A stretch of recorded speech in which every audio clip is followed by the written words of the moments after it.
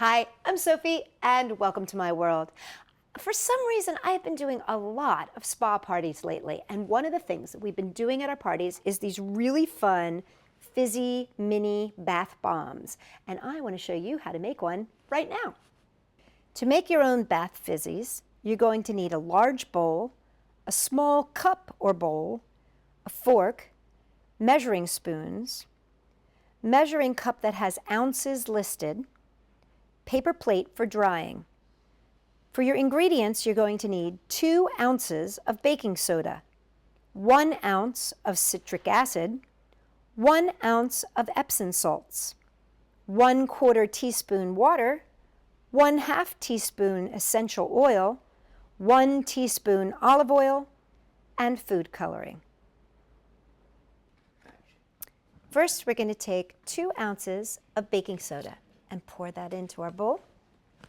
We're going to take 1 ounce of citric acid, and we're going to take 1 ounce of Epsom salts. Very, very, very important. Do not mix your dry and wet ingredients yet. So you want to mix those dry ingredients up really well, and if there's any lumps at this time, you can use your fork to squish those out of there. Push them against the side of your bowl. You want to try to make this as nice and fine as possible. We're going to set this aside, and we're going to use a small bowl to mix our wet ingredients. First thing we're going to need is we're going to need 1/4 teaspoon of water. Just 1/4 teaspoon of water. We're going to put that in the bowl.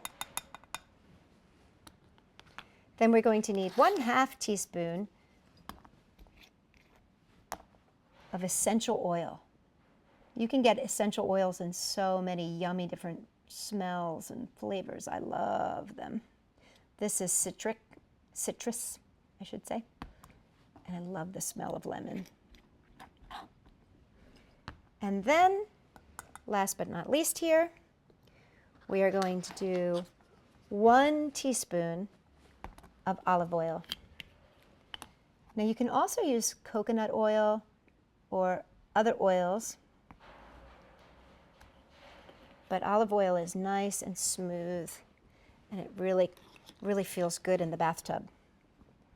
Now you're going to add a couple little drops, just like 2 or 3 drops of your favorite food coloring, and then you're going to mix this up. The tricky thing here is getting that color to break up, because it likes to bead up and ball up in the olive oil. So you've really got to kind of whisk it up with this fork. Now if you want to use a whisk, if you have a nice whisk that's really, really solid, like a strong whisk, you can use that. Problem that I found with like loose whisks is they don't do a very good job. Now there you go. You can see that that's mixed together. Very, very, very, very important, this next step, what we are about to do. You have to be very patient when you mix your dry ingredients and your wet ingredients. You're going to very slowly, and when I say slowly, I mean slowly, drop by drop, add your wet ingredients to your dry. What happens if you add it too quickly is it'll fizz up and it'll ruin your bath bomb, because when wet hits dry, in this case, it makes it fizz up, and we want to save that for the bathtub.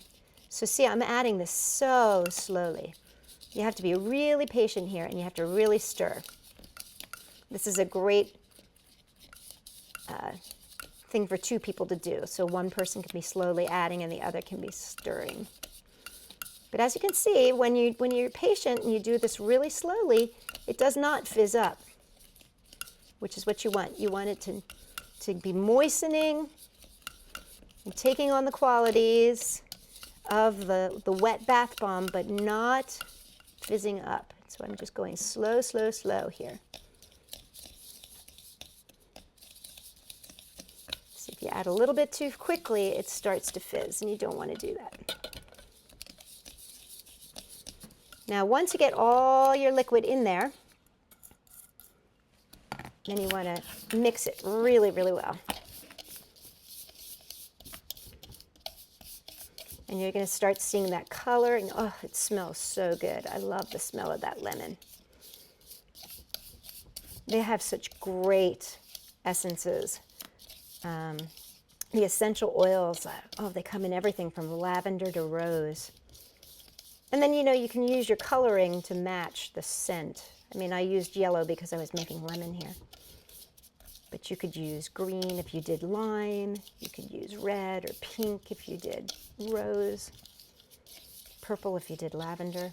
Although I have to advise you, purple is a really hard color to make. Okay. Now, you see, it's kind of like, it's almost like the consistency of like graham cracker crumb crust. It has a little bit, you can see it has a little bit of moisture in there, but not a ton. And that's what you want. Now, what we're going to do is we're going to take this is a tablespoon measurer, and this is where we're going to make our little mini guys.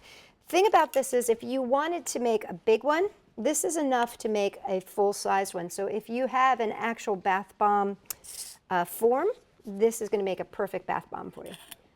What I'm going to do is take my tablespoon, I'm just going to reach in there, and then I'm going to push this down with my hand to make sure that I get it in there nice and solid. And then I can use my little popsicle stick here. And then I'm just going to place it on a drying tray. So once again, you just kind of scoop it in here, get extra on there, as you can see, probably about a little bit less than 2 tablespoons there together. Mush it into itself so that that compacts down, and then just use a little knife or popsicle stick to even it out on the bottom there. Pop it over onto the plate, and you just continue making these cute little domes. Now the domes will dry in about 45 minutes to an hour. It depends on the weather. If it's really moist outside, it could take a little while. It could take upwards of 3 to 4 hours. But if it's dry outside, you should be able to dry in about 45 minutes. So you should be able to get 5 to 6, depending on how much you push into here, out of each batch.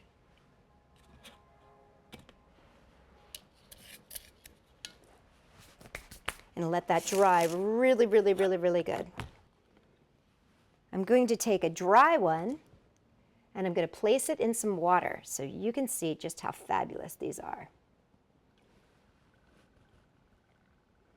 And you can see it's starting to fuzz and fizz, and they just make your bath water so soft and smell so good. Now you got to admit, that's super fun, right? And remember, if you want to, just take a piece of cellophane and put 2 of them together so they make a little ball, and you can wrap them up. They make a great gift. Now, if you like this video, give us the thumbs up and make sure you share us with your friends on social media. And if you're not a subscriber, make sure that you click my picture at the very end and you'll be subscribed so that you too can find out the newest and greatest crafts that we are creating here at Sophie-World.com. For more fun stuff, come and check us out, Sophie-World.com.